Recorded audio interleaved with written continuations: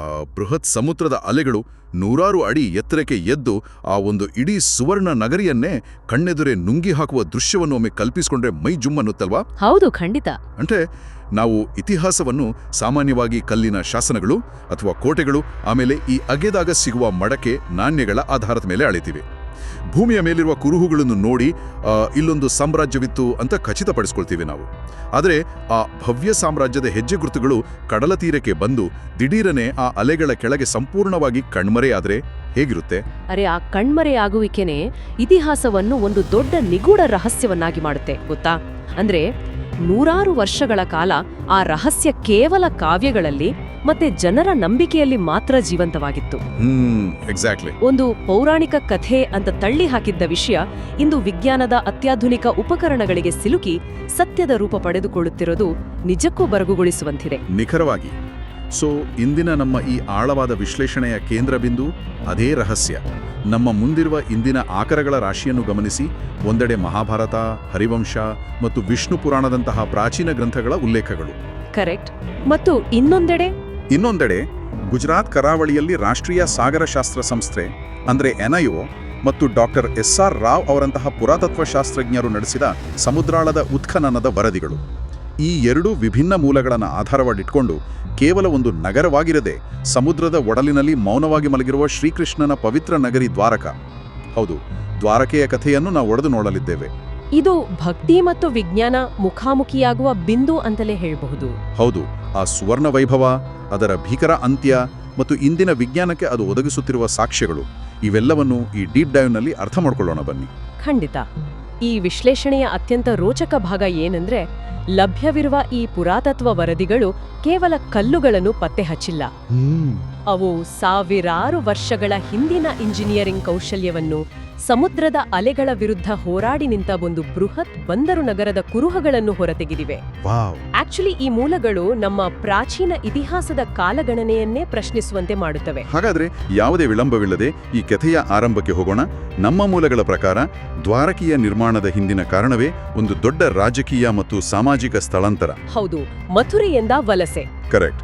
ಮಥುರೆಯಲ್ಲಿ ನೆಲೆಸಿದ್ದ ಯಾದವರ ಮೇಲೆ ಮಗಧದ ದೊರೆ ಜರಾಸಂಧನು ನಿರಂತರವಾಗಿ ದಾಳಿ ಮಾಡ್ತಿದ್ದನು. ಒಂದೆರಡು ಬಾರಿಯಲ್ಲ, 17 ಬಾರಿ ಮಥುರೆಯ ಮೇಲೆ ಆಕ್ರಮಣ ಆಗಿತ್ತು. ನಿಜ, 17 ಬಾರಿ. ಕೃಷ್ಣನು ತನ್ನ ಜನರನ್ನು ರಕ್ಷಿಸಲು ಅವರನ್ನು ಅಲ್ಲಿಂದ ಕರೆತಂದು ಪಶ್ಚಿಮ ಕರಾವಳಿಯ ಸಮುದ್ರ ತೀರದಲ್ಲಿ ದ್ವಾರಕೆಯನ್ನು ನಿರ್ಮಿಸಿದನು ಅಂತ ಗ್ರಂಥಗಳು ಹೇಳ್ತವೆ.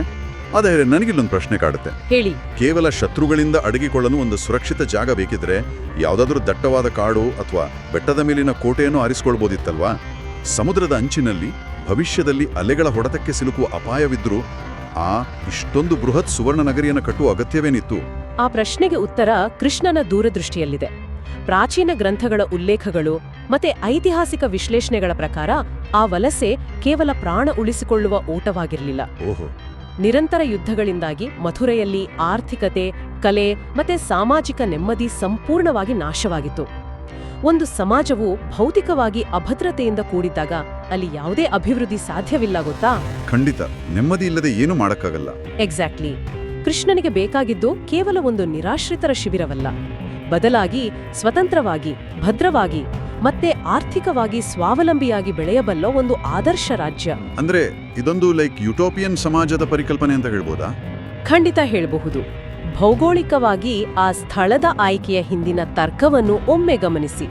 ಪಶ್ಚಿಮ ಕರಾವಳಿಯು ಪ್ರಾಚೀನ ಕಾಲದಿಂದಲೂ ಸಮುದ್ರ ವ್ಯಾಪಾರಕ್ಕೆ ಅಂದ್ರೆ ಮ್ಯಾರಿಟೈಮ್ ಟ್ರೇಡ್ಗೆ ಅತ್ಯಂತ ಪ್ರಮುಖವಾದ ಮಾರ್ಗವಾಗಿತ್ತು. ನಮ್ಮ ಮುಂದಿರುವ ಪುರಾತತ್ವ ವರದಿಗಳು ಕೂಡ ಇದೇ ಅಂಶವನ್ನು ಒತ್ತಿ ಹೇಳುತ್ತವೆ. ಸಮುದ್ರದ ತೀರದಲ್ಲಿ ಭದ್ರವಾದ ಬಂದರನ್ನು ನಿರ್ಮಿಸುವುದರ ಮೂಲಕ ಯಾದವರ ಆರ್ಥಿಕತೆಯನ್ನು ಜಾಗತಿಕ ಮಟ್ಟಕ್ಕೆ ಕೊಂಡೊಯ್ಯುವ ಉದ್ದೇಶ ಅದಾಗಿತ್ತು. ಕೇವಲ ಕೋಟೆಯನ್ನು ಕಟ್ಟಿದ್ದಲ್ಲ, ಅದೊಂದು ಬೃಹತ್ ಆರ್ಥಿಕ ಕೇಂದ್ರವಾಗಿತ್ತು. ಇದು ನಿಜಕ್ಕೂ ಆಸಕ್ತಿದಾಯಕವಾಗಿದೆ. ನಮ್ಮ ಆಗರಗಳ ಪ್ರಕಾರ ದ್ವಾರಕೆಯ ನಿರ್ಮಾಣ ಕೇವಲ ಕಲ್ಲು ಮಣ್ಣುಗಳ ಕೆಲಸವಾಗಿರಲಿಲ್ಲ ಅಲ್ವಾ? ಮಹಾಭಾರತವು ಈ ನಗರದ ವೈಭವವನ್ನು ಅತ್ಯಂತ ಸುಂದರವಾಗಿ ವರ್ಣಿಸುತ್ತೆ.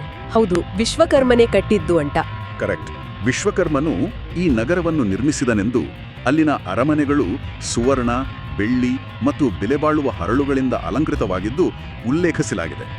ಅಲ್ಲಿನ ಸುಧರ್ಮ ಸಭಾ ಎಂಬ ಬೃಹತ್ ಸಭಾಂಗಣದಲ್ಲಿ ಪ್ರತಿಯೊಬ್ಬ ನಾಗರಿಕನ ಧ್ವನಿಗೂ ಮನ್ನಣೆಯಿತ್ತು. ಇಂದಿನ ಟೌನ್ ಪ್ಲಾನಿಂಗ್ಗೆ ಹೋಲಿಸಿದರೆ ಆ ಕಾಲದಲ್ಲಿಯೇ ರಸ್ತೆಗಳು, ಒಳಚರಂಡಿ ವ್ಯವಸ್ಥೆ ಮತ್ತು ವಾಣಿಜ್ಯ ಪ್ರದೇಶಗಳನ್ನು ವ್ಯವಸ್ಥಿತವಾಗಿ ವಿಂಗಡಿಸಲಾಗಿತ್ತು. ಆ ಟೌನ್ ಪ್ಲಾನಿಂಗ್ ವಿವರಗಳೇ ಆಧುನಿಕ ಸಂಶೋಧಕರಿಗೆ ಅತ್ಯಂತ ದೊಡ್ಡ ಸುಳಿವು ನೀಡಿದ್ದು ಗೊತ್ತಾ? ಹೌದಾ? ಹೇಗೆ? ಗ್ರಂಥಗಳಲ್ಲಿ ಹೇಳಿರುವಂತೆ ಭೂಮಿಯ ಕೊರತೆ ಇದ್ದುದರಿಂದ ಕೃಷ್ಣನು ಸಮುದ್ರದ ದೇವತೆಯಾದ ವರುಣನಲ್ಲಿ ಜಾಗವನ್ನು ಕೇಳಿ ಪಡೆದನು ಎಂಬ ಮಾತಿದೆ. ಇದರ ವೈಜ್ಞಾನಿಕ ಮತ್ತು ಇಂಜಿನಿಯರಿಂಗ್ ಅರ್ಥ ಏನು ಗೊತ್ತೇ? ವರುಣನಿಂದ ಜಾಗ ಅಂದ್ರೆ ಸಮುದ್ರದ ನೀರನ್ನು ಹಿಂದಕ್ಕೆ ತಳ್ಳಿ, ಅಂದ್ರೆ ಲ್ಯಾಂಡ್ ರೀಕ್ಲಮೇಷನ್ ತಂತ್ರಜ್ಞಾನವನ್ನು ಬಳಸಿ ಕೃತಕವಾಗಿ ಭೂಮಿಯನ್ನು ನಿರ್ಮಿಸಿ ಕಟ್ಟಿದ ನಗರವದು. ವೇಟ್ ಲ್ಯಾಂಡ್ ರೀಕ್ಲಮೇಷನ್ ತಂತ್ರಜ್ಞಾನ ಅಂದ್ರೆ ಸಮುದ್ರದ ನಡುವೆ ಗೋಡೆಗಳನ್ನು ಕಟ್ಟಿ ನೀರನ್ನು ಹೊರಹಾಕಿ ಆ ಜಾಗದಲ್ಲಿ ಕಟ್ಟಡಗಳನ್ನು ನಿರ್ಮಿಸುವುದು. ಹೌದು, ಎಕ್ಸಾಕ್ಟ್ಲಿ ಅದೇ. ಇದು ಆ ಕಾಲದಲ್ಲಿ ಸಾಧ್ಯವಿತ್ತೆ? ಲಭ್ಯವಿರುವ ಮೂಲಗಳು ಅದನ್ನೇ ಸೂಚಿಸುತ್ತವೆ. ಇಂದು ನಾವು ದುಬೈ ಮತ್ತು ಪಾಮೈಲ್ಯಾಂಡ್ಸ್ ಅಥವಾ ನೆದರ್ಲ್ಯಾಂಡ್ಸ್ನ ತಂತ್ರಜ್ಞಾನವನ್ನು ನೋಡಿ ಆಶ್ಚರ್ಯಪಡುತ್ತೇವೆ. ಆದರೆ ಸಾವಿರಾರು ವರ್ಷಗಳ ಹಿಂದೆಯೇ ಇಂಥದೊಂದು ತಂತ್ರಜ್ಞಾನದ ಪ್ರಸ್ತಾಪ ನಮ್ಮ ಗ್ರಂಥಗಳಲ್ಲಿದೆ. ಓ ಮೈ ಗಾಡ್! ಸಮುದ್ರಶಾಸ್ತ್ರಜ್ಞರ ವರದಿಗಳಲ್ಲಿ ದ್ವಾರಕೆಯ ಅವಶೇಷಗಳ ಬಳಿ ಕಲ್ಲಿನ ಬೃಹತ್ ರಿಟೈನಿಂಗ್ ವಾಲ್ಸ್ ಅಂದ್ರೆ ತಡೆಗೋಡೆಗಳು ಪತ್ತೆಯಾಗಿವೆ. ಈ ಗೋಡೆಗಳ ಉದ್ದೇಶವೇ ಸಮುದ್ರದ ಅಲೆಗಳು ನಗರದೊಳಗೆ ನುಗ್ಗದಂತೆ ತಡೆಯುವುದು ಮತ್ತೆ ಆಕ್ರಮಿಸಿಕೊಂಡ ಭೂಮಿಯನ್ನು ಭದ್ರಪಡಿಸುವುದು. ವಾವ್! ಆ ನಗರ ಕೇವಲ ಸೌಂದರ್ಯದ ಪ್ರತೀಕವಾಗಿರಲಿಲ್ಲ, ಅದೊಂದು ಎಂಜಿನಿಯರಿಂಗ್ ಅದ್ಭುತವಾಗಿತ್ತು. ಖಂಡಿತ. ಯಾದವರು ತಾವು ಕಳೆದುಕೊಂಡಿದ್ದ ನೆಮ್ಮದಿ ಮತ್ತೆ ಸ್ವಾಭಿಮಾನವನ್ನು ಆ ಸುವರ್ಣ ನಗರಿಯ ಮೂಲಕ ಮರಳಿ ಪಡೆದರು. ಕೃಷ್ಣನ ದಿವ್ಯ ಲೋಕವಾಗಿ, ಧರ್ಮದ ಕೇಂದ್ರವಾಗಿ ಅದು ರೂಪುಗೊಂಡಿತು. ಎಷ್ಟು ಅದ್ಭುತವಾದ ಕಲ್ಪನೆ! ಶತ್ರುಗಳಿಂದ ಬೇಸತ್ತು ಬಂದ ಜನ ಸಮುದ್ರದ ಅಂಚಿನಲ್ಲಿ ನಿಂತು ಅದೇ ಸಮುದ್ರವನ್ನು ಹಿಂದಕ್ಕೆ ತಳ್ಳಿ ಬೃಹತ್ ಗೋಡೆಗಳನ್ನು ಕಟ್ಟಿ ಸುವರ್ಣ ಮಂದಿರಗಳನ್ನು ನಿರ್ಮಿಸಿದರು.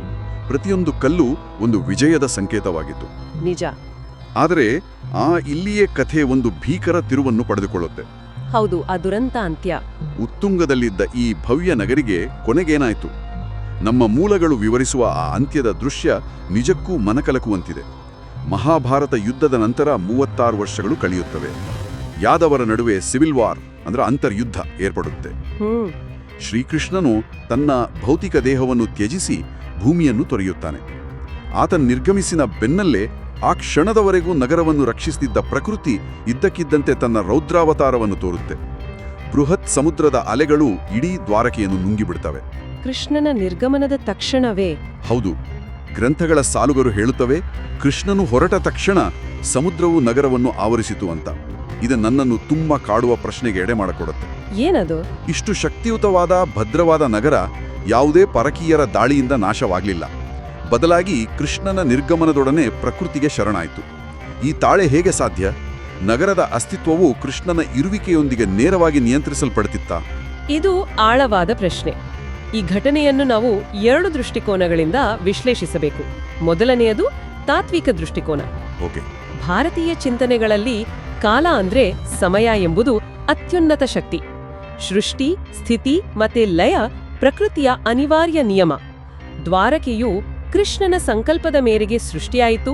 ಯಾದವರನ್ನು ರಕ್ಷಿಸಿ ಅವರಿಗೆ ಉನ್ನತಿಯನ್ನು ನೀಡುವುದು ಆ ನಗರದ ಉದ್ದೇಶವಾಗಿತ್ತು. ಕರೆಕ್ಟ್. ಯಾವಾಗ ಯಾದವರು ತಮ್ಮ ಅಹಂಕಾರದಿಂದ ಅಂತರ್ಯುದ್ಧದಲ್ಲಿ ನಾಶವಾದರೋ ಮತ್ತೆ ಕೃಷ್ಣನು ತನ್ನ ಅವತಾರದ ಉದ್ದೇಶವನ್ನು ಪೂರೈಸಿ ನಿರ್ಗಮಿಸಿದನೋ ಆಗ ಆ ಭೌತಿಕ ನಗರದ ಅವಶ್ಯಕತೆ ಮುಕ್ತಾಯವಾಯಿತು. ಅಂದ್ರೆ ಕೃಷ್ಣನಿಲ್ಲದ ದ್ವಾರಕೆಗೆ ಪ್ರಾಣವಿರಲಿಲ್ಲ. ಎಕ್ಸಾಕ್ಟ್ಲಿ. ಎಷ್ಟೇ ಭವ್ಯವಾದ ಸುವರ್ಣ ನಗರಿಯಾದರೂ ಅದರ ಮೂಲ ಉದ್ದೇಶ ಮುಗಿದಾಗ ಅದು ಕಾಲನ ನಿಯಮಕ್ಕೆ ತಲೆಬಾಗಲೇಬೇಕು. ಯುದ್ಧದ ಕತ್ತಿಗಳಿಂದ ನಾಶವಾಗದ ನಗರ ನೀರಿನ ಅಲೆಗಳಿಗೆ ಮಣಿಯಿತು ಎಂದರೆ ಅದು ಯುದ್ಧದ ಸೋಲಲ್ಲ, ಬದಲಾಗಿ ಕಾಲದ ಒಪ್ಪಿಗೆಯಾಗಿತ್ತು. ಯುದ್ಧದ ಸೋಲಲ್ಲ, ಕಾಲದ ಒಪ್ಪಿಗೆ. ಇದು ಬಹಳ ಆಳವಾದ ಮಾತು. ಹಾಗಾದ್ರೆ ಎರಡನೇ ದೃಷ್ಟಿಕೋನ ಯಾವುದು? ನಮ್ಮ ವಿಜ್ಞಾನ ಮತ್ತೆ ಭೌಗೋಳಿಕ ವರದಿಗಳು ಈ ಮುಳುಗುವಿಕೆಗೆ ಏನ್ ಕಾರಣ ನೀಡುತ್ತವೆ? ದಿಢೀರನೆ ಒಂದು ನಗರ ಸಮುದ್ರದಲ್ಲಿ ಮುಳುಗಲು ಜಿಯೋಗ್ರಾಫಿಕಲಿ ಅಂದ್ರೆ ಭೌಗೋಳಿಕವಾಗಿ ಏನ್ ನಡೆದಿರಬಹುದು? ಇಲ್ಲಿಯೇ ಆಧುನಿಕ ಸಮುದ್ರಶಾಸ್ತ್ರ ಮತ್ತು ಭೂಗರ್ಭಶಾಸ್ತ್ರ ಪ್ರವೇಶಿಸುತ್ತವೆ. ನಮ್ಮ ಮುಂದಿರುವ ವೈಜ್ಞಾನಿಕ ಲೇಖನಗಳ ಪ್ರಕಾರ ಗುಜರಾತ್ ಕರಾವಳಿಯು ಸಿಸ್ಮಿಕ್ ಝೋನ್ ಅಂದ್ರೆ ಭೂಕಂಪನಗಳಿಗೆ ತುತ್ತಾಗುವ ಪ್ರದೇಶದಲ್ಲಿದೆ. ಓಹೋ, ಸೊ ಭೂಕಂಪ ಆಗಿರಬಹುದಾ? ಹೌದು. ಆ ಕಾಲಘಟ್ಟದಲ್ಲಿ ಒಂದು ಬೃಹತ್ ಭೂಕಂಪ ಸಂಭವಿಸಿ ಅದರ ಪರಿಣಾಮವಾಗಿ ಸುನಾಮಿ ಅಲೆಗಳು ಎದ್ದಿರಬಹುದು. ಸುನಾಮಿ ಅಥವಾ ಪ್ರಾಚೀನ ಕಾಲದಲ್ಲಿ ಹಿಮನದಿಗಳು ಕರಗಿ ಸಮುದ್ರದ ಮಟ್ಟ ಏರಿಕೆಯಾಗುವ ಘಟನೆಗಳು ಅಂದ್ರೆ ಸೀ ಲೆವೆಲ್ ರೈಸ್ ಕೂಡ ನಡೆಯುತ್ತಿದ್ವು. ಈ ವರದಿಗಳು ಸ್ಪಷ್ಟಪಡಿಸುತ್ತವೆ, ಸಮುದ್ರದ ಮಟ್ಟ ಇದ್ದಕ್ಕಿದ್ದಂತೆ ಏರಿಕೆಯಾಗಿ ಆ ಬೃಹತ್ ತಡೆಗೋಡೆಗಳನ್ನು ಒಡೆದು ನಗರವನ್ನು ಆಪೋಷಣ ತೆಗೆದುಕೊಂಡಿತು. ವಾವ್! ಪುರಾಣಗಳು ಇದನ್ನು ವರುಣನ ಕೋಪ ಅಥವಾ ಶಾಪ ಅಂತ ವರ್ಣಿಸಿದ್ರೆ, ವಿಜ್ಞಾನವು ಇದನ್ನು ಟೆಕ್ಟಾನಿಕ್ ಶಿಫ್ಟ್ ಅಥವಾ ಭೌಗೋಳಿಕ ವಿಕೋಪ ಅಂತ ಕರೆಯುತ್ತೆ. ಅರ್ಥವಾಯಿತು. ಅಂದ್ರೆ ಘಟನೆ ಒಂದೇ, ಆದರೆ ಅದನ್ನು ದಾಖಲಿಸಿದ ಭಾಷೆ ಬೇರೆ. ಹೌದು. ಕಾವ್ಯವು ಅದಕ್ಕೆ ಭಾವನಾತ್ಮಕ ಮತ್ತು ದೈವಿಕ ಸ್ಪರ್ಶವನ್ನು ನೀಡಿದರೆ, ವಿಜ್ಞಾನವು ಅದರ ಹಿಂದಿನ ಭೌತಶಾಸ್ತ್ರವನ್ನು ಹುಡುಕುತ್ತೆ. ಇದು ನಮ್ಮನ್ನು ಈ ಚರ್ಚೆಯ ಅತ್ಯಂತ ಕುತೂಹಲಕಾರಿ ಘಟ್ಟಕ್ಕೆ ಕರೆದೊಯ್ಯುತ್ತೆ. ಅದೇ ನಮ್ಮ ಉತ್ಖನನ. ಕರೆಕ್ಟ್. ಆ ಮುಳುಗಿದ ನಗರ ಕೇವಲ ಕಾವ್ಯದ ಪುಟಗಳಲ್ಲಿ ಕರಗಿ ಹೋಗಲಿಲ್ಲ. ಸಾವಿರಾರು ವರ್ಷಗಳ ನಂತರ ಆಧುನಿಕ ವಿಜ್ಞಾನ ಆ ಸಮುದ್ರದ ಗರ್ಭವನ್ನು ಸೀಳಿ ಸಾಕ್ಷ್ಯಗಳನ್ನು ಹೊರತರುತ್ತಿದೆ. ನಮ್ಮ ಮುಂದಿರುವ ವರದಿಗಳಲ್ಲಿ ಡಾಕ್ಟರ್ ಎಸ್.ಆರ್. ರಾವ್ ನೇತೃತ್ವದ ರಾಷ್ಟ್ರೀಯ ಸಾಗರಶಾಸ್ತ್ರ ಸಂಸ್ಥೆ ಮಾಡಿದ ಸಾಧನೆಯ ವಿವರಗಳಿವೆ. ಇದು ನಿಜಕ್ಕೂ ಮೈಲಿಗಲ್ಲು. ಹೌದು. 1980ರ ದಶಕದಲ್ಲಿ ಶುರುವಾದ ಈ ಮರೀನ್ ಆರ್ಕಿಯಾಲಜಿ ಅಥವಾ ಸಾಗರಾಂತರ ಸಂಶೋಧನೆಗಳು ಇತಿಹಾಸದ ಪುಟಗಳನ್ನೇ ಬದಲಾಯಿಸುವಂತಿಲ್ಲ. ಸಮುದ್ರದ ಕೆಳಗೆ ಸ್ಕೂಬಾ ಡೈವರ್ಸ್ ಮತ್ತು ಸೋನಾರ್ ತಂತ್ರಜ್ಞಾನವನ್ನು ಬಳಸಿ ಹುಡುಕಿದಾಗ ಅಲ್ಲಿ ಬೃಹತ್ ಕಲ್ಲಿನ ಗೋಡೆಗಳು, ರಸ್ತೆಗಳ ವಿನ್ಯಾಸ ಮತ್ತೆ ಮರಳುಗಲ್ಲಿನ ಕಂಬಗಳು ಪತ್ತೆಯಾದವು. ಹೌದು. ಈ ಸಂಶೋಧನಾ ವರದಿಗಳಲ್ಲಿ ಅತ್ಯಂತ ಗಮನಾರ್ಹವಾದ ಅಂಶ ಏನಂದ್ರೆ, ಅಲ್ಲಿ ಸಿಕ್ಕಿದ ಅವಶೇಷಗಳ ನಿರ್ದಿಷ್ಟತೆ. ಅಲ್ಲಿ ಕೇವಲ ಕಲ್ಲುಗಳು ಸಿಕ್ಕಿಲ್ಲ, 3 ರಂಧ್ರಗಳ ಬೃಹತ್ ಕಲ್ಲಿನ ಲಂಗರುಗಳು ಅಂದ್ರೆ 3 ಹೋಲ್ಡ್ ಸ್ಟೋನ್ ಆಂಕರ್ಸ್ ದೊರಕಿವೆ. ಈ ಲಂಗರುಗಳು ಒಂದೊಂದು 100 ಕಿಲೋಗ್ರಾಂಗಳಷ್ಟು ತೂಕವಿವೆ. ಒಂದು ನಿಮಿಷ, ಕ್ಷಮಿಸಿ ತಡೆದಿದ್ದಕ್ಕೆ. ಈ 3 ರಂಧ್ರಗಳ ಲಂಗರುಗಳು ಸಿಕ್ಕರೆ ಏನರ್ಥ? ಅದೇಕೆ ಅಷ್ಟು ಮುಖ್ಯ? ಅದೊಂದು ಅತ್ಯುತ್ತಮ ಪ್ರಶ್ನೆ. ನೋಡಿ, ಆ ಲಂಗರುಗಳ ತೂಕ ಮತ್ತೆ ವಿನ್ಯಾಸ ನಮಗೆ ಆ ಬಂದರಿನ ಸಾಮರ್ಥ್ಯವನ್ನು ಹೇಳುತ್ತೆ. ಇಷ್ಟು ಭಾರವಾದ ಲಂಗರುಗಳನ್ನ ಬಳಸಬೇಕಾದರೆ ಅಲ್ಲಿಗೆ ಬರುತ್ತಿದ್ದ ಹಡಗುಗಳು ಬೃಹದಾಕಾರವಾಗಿದ್ದವು ಎಂದರ್ಥ. ಗುಜರಾತ್ ಕರಾವಳಿಯ ಅಲೆಗಳ ಅಬ್ಬರವನ್ನು ತಡೆದು ಆ ಬೃಹತ್ ಹಡಗುಗಳನ್ನು ನಿಲ್ಲಿಸಲು ಆ ವಿನ್ಯಾಸದ ಲಂಗರುಗಳು ಅನಿವಾರ್ಯವಾಗಿದ್ದವು. ಮಹಾಭಾರತದಲ್ಲಿ ದ್ವಾರಕೆಯು ಒಂದು ಪ್ರಮುಖ ವ್ಯಾಪಾರ ಕೇಂದ್ರವಾಗಿತ್ತು ಎಂಬ ಉಲ್ಲೇಖಕ್ಕೆ ಈ ಲಂಗರುಗಳು ನೇರವಾದ ಭೌತಿಕ ಸಾಕ್ಷ್ಯವನ್ನು ಒದಗಿಸುತ್ತವೆ. ಇದು ಅದ್ಭುತವಾಗಿದೆ. ಜೊತೆಗೆ ಆ ಕಟ್ಟಡದ ತಳಪಾಯದ ವಿನ್ಯಾಸ, ಕಲ್ಲುಗಳನ್ನು ಜೋಡಿಸಲು ಬಳಸಿದ ಎಲ್ ಆಕಾರದ ಕೀಲುಗಳು, ಇವೆಲ್ಲವೂ ಅತ್ಯಂತ ಮುಂದುವರಿದ ಎಂಜಿನಿಯರಿಂಗ್ ಕೌಶಲ್ಯವನ್ನು ತೋರಿಸುತ್ತವೆ. ಇದು ನಂಬಲಾಗದ ವಿಚಾರ. ಪುರಾಣದ ಪುಟಗಳಲ್ಲಿ ನಾವೆಲ್ಲರೂ ಕೇಳಿದ ಒಂದು ಕಥೆಯ ಅಡಿಪಾಯ ಇಂದಿನ ಅಲ್ಟ್ರಾ ಮಾಡರ್ನ್ ಸೋನಾರ್ ಕ್ಯಾಮೆರಾಗಳ ಕಣ್ಣಿಗೆ ಸಮುದ್ರದ ತಳದಲ್ಲಿ ಕಾಣಸಿಕ್ತಿದೆ ಎಂದ್ರೆ, ಇದು ನಮ್ಮ ಇತಿಹಾಸದ ಅರಿವನ್ನೇ ವಿಸ್ತರಿಸುತ್ತೆ. ಖಂಡಿತವಾಗಿಯೂ. ಆದರೆ ಇಲ್ಲಿ ಒಂದು ವಾಸ್ತವಿಕ ಪ್ರಶ್ನೆಯನ್ನು ನಾನು ಕೇಳಲೇಬೇಕು. ನಮ್ಮ ಮೂಲಗಳಲ್ಲಿ ಈ ಅವಶೇಷಗಳ ದಿನಾಂಕಗಳ ಬಗ್ಗೆ ಅಂದ್ರೆ ಡೇಟಿಂಗ್ ಬಗ್ಗೆ ಭಿನ್ನಾಭಿಪ್ರಾಯಗಳಿವೆಯಾ? ಅಂದ್ರೆ ಅಲ್ಲಿ ಸಿಕ್ಕಿದ್ದು 100ಕ್ಕೆ 100 ಮಹಾಭಾರತದ ಕಾಲದ ದ್ವಾರಕೆಯೇ ಅಂತ ವಿಜ್ಞಾನಿಗಳು ಒಕ್ಕೊರಲಿನಿಂದ ಒಪ್ತಾರೆಯಾ? ಇಲ್ಲಿ ನಾವು ಸ್ವಲ್ಪ ವಸ್ತುನಿಷ್ಠವಾಗಿರಬೇಕು. ನಮ್ಮ ಮುಂದಿರುವ ವಿವಿಧ ಸಂಶೋಧನಾ ಲೇಖನಗಳು ಈ ಬಗ್ಗೆ ಭಿನ್ನ ನಿಲುವುಗಳನ್ನು ಹೊಂದಿವೆ. ಡಾಕ್ಟರ್ ರಾವ್ ಅವರ ತಂಡವು ಕೆಲವು ಮರದ ತುಂಡುಗಳು ಮತ್ತೆ ಮಡಿಕೆಗಳ ಚೂರುಗಳನ್ನು ಕಾರ್ಬನ್ ಡೇಟಿಂಗ್ ಮಾಡಿದರು. ಓಕೆ, ಫಲಿತಾಂಶ ಏನಾಗಿತ್ತು? ಕೆಲವು ಅವಶೇಷಗಳು ಕ್ರಿಸ್ತಪೂರ್ವ 1500ರ ಆಸುಪಾಸಿನವು ಎಂದು ಕಂಡುಬಂದರೆ, ಇನ್ನು ಕೆಲವು ವರದಿಗಳು ಇವು ಕ್ರಿಸ್ತಪೂರ್ವ 3000ಕ್ಕೂ ಹಿಂದಿನವು ಅಂತ ವಾದಿಸ್ತವೆ. ಅಂದ್ರೆ ಬಹಳ ವ್ಯತ್ಯಾಸ ಇದೆ. ಹೌದು. ಶೈಕ್ಷಣಿಕ ವಲಯದಲ್ಲಿ ಅಥವಾ ಅಕಾಡೆಮಿಕ್ ಸರ್ಕಲ್ಸ್ನಲ್ಲಿ ಈ ದಿನಾಂಕಗಳ ಬಗ್ಗೆ ಇಂದಿಗೂ ಬಿಸಿ ಬಿಸಿ ಚರ್ಚೆಗಳಿವೆ. ಕೆಲವು ಪಾಶ್ಚಿಮಾತ್ಯ ಇತಿಹಾಸಕಾರರು ಇದನ್ನು ಬೇರೊಂದು ಪ್ರಾಚೀನ ವಾಣಿಜ್ಯ ನಗರವಾಗಿರಬಹುದು ಅಂತ ವಾದಿಸ್ತಾರೆ.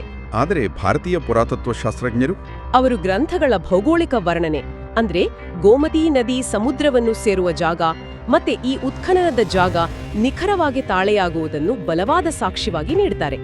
ಏನೇ ದಿನಾಂಕಗಳ ಬಗ್ಗೆ ಭಿನ್ನಾಭಿಪ್ರಾಯಗಳಿದ್ರೂ ಒಂದು ವಿಷಯ ಸ್ಪಷ್ಟ. ಏನದು? ಅಲ್ಲಿ ಒಂದು ಅತ್ಯಾಧುನಿಕ ಬೃಹತ್ ಬಂದರು ನಗರವಿತ್ತು ಮತ್ತು ಅದು ಸಮುದ್ರದ ಅಲೆಗಳಿಗೆ ಬಲಿಯಾಯಿತು ಎಂಬ ಸತ್ಯವನ್ನು ಎಲ್ಲ ವರದಿಗಳು ಒಪ್ಪುತ್ತವೆ. ಅರ್ಥವಾಯಿತು. ವಿಜ್ಞಾನವು ತನ್ನದೇ ಆದ ಕಟ್ಟುನಿಟ್ಟಿನ ನಿಯಮಗಳಲ್ಲಿ ಸಾಕ್ಷ್ಯಗಳನ್ನು ಅಳೆಯುತ್ತೆ.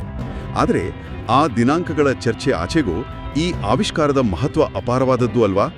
ಶತಮಾನಗಳ ಕಾಲ ನಮ್ಮ ಗ್ರಂಥಗಳನ್ನು ಕೇವಲ ಕಾಲ್ಪನಿಕ ಕಥೆಗಳು ಅಥವಾ ಮಿಥಾಲಜಿ ಅಂತ ಪಾಶ್ಚಿಮಾತ್ಯ ಜಗತ್ತು ತಳ್ಳಿ ಹಾಕಿತ್ತು. ನಿಜ. ಆದರೆ ಆ ಸಮುದ್ರದಾಳದ ಕಂಬಗಳು ಮತ್ತೆ ಕೊತ್ತಲಗಳು ನಮಗೆ ಹೇಳುತ್ತಿರುವುದೇನು? ಆ ಗ್ರಂಥಗಳಲ್ಲಿ ಕೇವಲ ಕಾವ್ಯವಿಲ್ಲ, ಅಲ್ಲಿ ನಿಖರವಾದ ಭೌಗೋಳಿಕ, ಐತಿಹಾಸಿಕ ಮತ್ತು ವಾಸ್ತುಶಿಲ್ಪದ ವಿವರಗಳಿವೆ ಎಂಬ ಸತ್ಯವನ್ನು ಇವು ಜಗತ್ತಿಗೆ ಸಾರಿ ಹೇಳುತ್ತಿವೆ. ಹೌದು. ಇದು ಕೇವಲ ಪುರಾತತ್ವ ಇಲಾಖೆಯ ವಿಜಯವಲ್ಲ, ಇದು ಒಂದು ಇಡೀ ಸಂಸ್ಕೃತಿಯ ಹಿಸ್ಟಾರಿಕಲ್ ಮೆಮರಿ ಅಂದ್ರೆ ಐತಿಹಾಸಿಕ ನೆನಪಿನ ಶಕ್ತಿಯ ವಿಜಯ ಎನಿಸುತ್ತಿಲ್ಲವೇ? 100ಕ್ಕೆ 100 ಸತ್ಯ. ನಾವು ಮೂಲಭೂತವಾಗಿ ಅರ್ಥ ಮಾಡ್ಕೊಳ್ಬೇಕಾದದ್ದು ಇದನ್ನೇ. ಸಾಂಸ್ಕೃತಿಕ ಸ್ಮರಣೆ ಅನ್ನೋದು ತಲೆಮಾರುಗಳಿಂದ ತಲೆಮಾರುಗಳಿಗೆ ಕಥೆಗಳ, ಶ್ಲೋಕಗಳ ರೂಪದಲ್ಲಿ ಹರಿದು ಬರುತ್ತೆ. ದ್ವಾರಕೆಯ ವಿಷಯದಲ್ಲಿ ಆ ಸ್ಮರಣೆ ಎಷ್ಟು ನಿಖರವಾಗಿತ್ತು ಅಂದ್ರೆ ಸಾವಿರಾರು ವರ್ಷಗಳ ನಂತರವೂ ಸಮುದ್ರದ ಅಡಿಯಲ್ಲಿ ಅದೇ ಜಾಗದಲ್ಲಿ ನಮಗೆ ಕುರುಹುಗಳು ಸಿಗುತ್ತಿವೆ. ವಿಜ್ಞಾನವು ಕಲ್ಲುಗಳನ್ನು, ಲಂಗರುಗಳನ್ನು ಪತ್ತೆ ಹಚ್ಚುತ್ತಿದೆ ನಿಜ, ಆದರೆ ಸಾಮಾನ್ಯ ಜನರ ಪಾಲಿಗೆ ಅದು ಕೇವಲ ಕಲ್ಲುಗಳಲ್ಲ. ಖಂಡಿತ ಅದೊಂದು ಭಾವನೆ. ಹೌದು, ಅದು ಇಂದಿಗೂ ಭಕ್ತಿಯ ಜೀವಂತ ಕೇಂದ್ರ.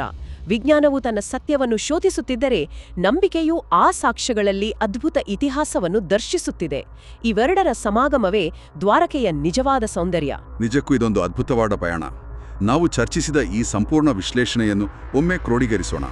ಮಥುರೆಯ ಸಂಘರ್ಷಗಳಿಂದ ಪಾರಾಗಿ ತಮ್ಮ ಜನರಿಗೆ ಭದ್ರತೆ ಮತ್ತು ನೆಮ್ಮದಿಯನ್ನು ನೀಡಲು ಶ್ರೀಕೃಷ್ಣನು ಪಶ್ಚಿಮ ಕರಾವಳಿಯಲ್ಲಿ ನಿರ್ಮಿಸಿದ ಒಂದು ಕನಸಿನ ಸುವರ್ಣ ನಗರಿ ದ್ವಾರಕಾ. ಹೌದು, ಅದು ಕೇವಲ ಒಂದು ಆಶ್ರಯ ತಾಣವಾಗಿರಲಿಲ್ಲ.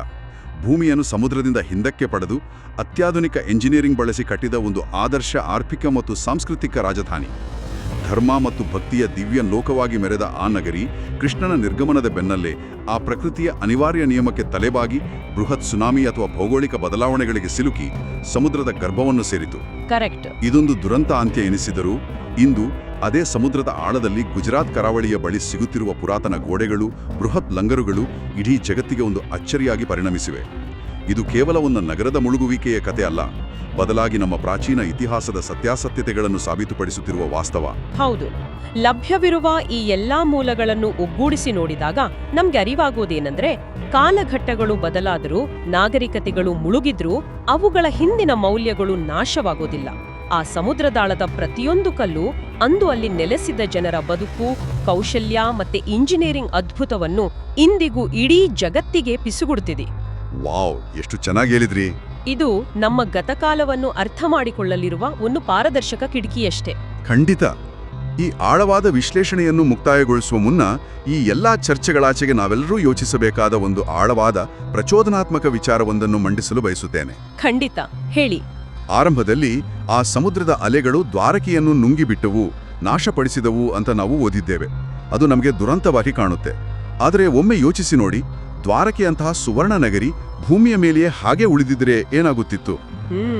ಏನಾಗುತ್ತಿತ್ತು? ನಂತರ ಬಂದ ಸಾವಿರಾರು ವರ್ಷಗಳಲ್ಲಿ ಅದೆಷ್ಟು ಸಾಮ್ರಾಜ್ಯಗಳ ಆಕ್ರಮಣಗಳಿಗೆ, ಕ್ರೂರ ಯುದ್ಧಗಳಿಗೆ, ಲೂಟಿಗಳಿಗೆ ಆ ನಗರ ತುತ್ತಾಗುತ್ತಿತ್ತೋ ಏನೋ ಅಲ್ವಾ? ಓಹೋ, ಮಾನವನ ದುರಾಸೆ ಆ ಪವಿತ್ರ ನಗರಿಯ ಪ್ರತಿ ಇಟ್ಟಿಗೆಯನ್ನೂ ಸ್ವರ್ಣವನ್ನೂ ಛಿದ್ರ ಮಾಡಿರುತ್ತಿದ್ದೇನು? ಹೌದು, ಭೌತಿಕವಾಗಿ ಉಳಿದ ಯಾವುದೇ ಪ್ರಾಚೀನ ಸಂಪತ್ತು ಈ ದಾಳಿಗಳಿಂದ ಪಾರಾಗಿಲ್ಲ ಅನ್ನೋದು ಇತಿಹಾಸದ ಸತ್ಯವೇ. ಹಾಗಾದರೆ ಈ ದೃಷ್ಟಿಕೋನದಿಂದ ಒಮ್ಮೆ ನೋಡಿ, ಸಮುದ್ರವು ದ್ವಾರಕೆಯನ್ನು ನಾಶಪಡಿಸಲಿಲ್ಲ, ಬದಲಾಗಿ ಆ ಭವ್ಯವಾದ ಪವಿತ್ರ ನಗರಿಯನ್ನು ಮಾನವನ ದುರಾಸೆಯಿಂದ ಮತ್ತು ಕಾಲದ ವಿಕೃತ ಬದಲಾವಣೆಗಳಿಂದ ರಕ್ಷಿಸಲು ತಾನೇ ಒಂದು ಸುರಕ್ಷಿತವಾದ ಮ್ಯೂಸಿಯಂ ಆಗಿ ಪರಿವರ್ತಿತವಾಗಿರಬಹುದೇ? ವಾವ್, ಇದೊಂದು ನಿಜಕ್ಕೂ ಆಳವಾದ ಆಲೋಚನೆ. ಹೌದಲ್ವಾ? ತನ್ನ ಆಳದಲ್ಲಿ ಅದನ್ನು ಅತ್ಯಂತ ಭದ್ರವಾಗಿ ಬಚ್ಚಿಟ್ಟುಕೊಂಡು ಕೇವಲ ಯೋಗ್ಯವಾದ ಆಧುನಿಕ ತಂತ್ರಜ್ಞಾನ ಬಂದಾಗ ಮಾತ್ರ ಜಗತ್ತಿಗೆ ಆ ದರ್ಶನವನ್ನು ನೀಡುವಂತೆ ಪ್ರಕೃತಿಯೇ ಮಾಡಿದ ಶಾಶ್ವತ ಸಂರಕ್ಷಣೆ ಇದಾಗಿರಬಹುದೇ? ಖಂಡಿತ, ಇದು ಆಲೋಚಿಸುವಂತಹ ವಿಷಯ. ಇದೊಂದು ಕೇವಲ ಮುಳುಗೂಡಿಕೆಯಲ್ಲ, ಬದಲಾಗಿ ಶಾಶ್ವತ ರಕ್ಷಣೆ ಎಂಬ ಆಲೋಚನೆ ನಮ್ಮ ಇಡೀ ದೃಷ್ಟಿಕೋನವನ್ನೇ ಬದಲಾಯಿಸುತ್ತೆ. ಈ ರೋಚಕವಾದ ಆಲೋಚನೆಯೊಂದಿಗೆ ನಮ್ಮ ಮೂಲ ಗ್ರಂಥಗಳಲ್ಲಿ ಮತ್ತೆ ಕೋಟ್ಯಾಂತರ ಜನರ ನಂಬಿಕೆಯಲ್ಲಿ ಇಂದಿಗೂ ಕಳೆದು ಹೋಗದ ಇತಿಹಾಸದ ಜೀವಂತ ಪ್ರತಿಧ್ವನಿಯಾಗಿರುವ ಜೈ ಶ್ರೀ ಕೃಷ್ಣ ಎಂಬ ಭಾವದೊಡನೆ ಇಂದಿನ ನಮ್ಮ ಈ ಆಳವಾದ ವಿಶ್ಲೇಷಣೆಯನ್ನು ಇಲ್ಲಿಗೆ ಮುಕ್ತಾಯಗೊಳಿಸೋಣ. ಮುಂದಿನ ವಿಶ್ಲೇಷಣೆಯಲ್ಲಿ ಮತ್ತೊಂದು ಕುತೂಹಲಕಾರಿ ವಿಷಯದೊಂದಿಗೆ ಸಿಗೋಣ.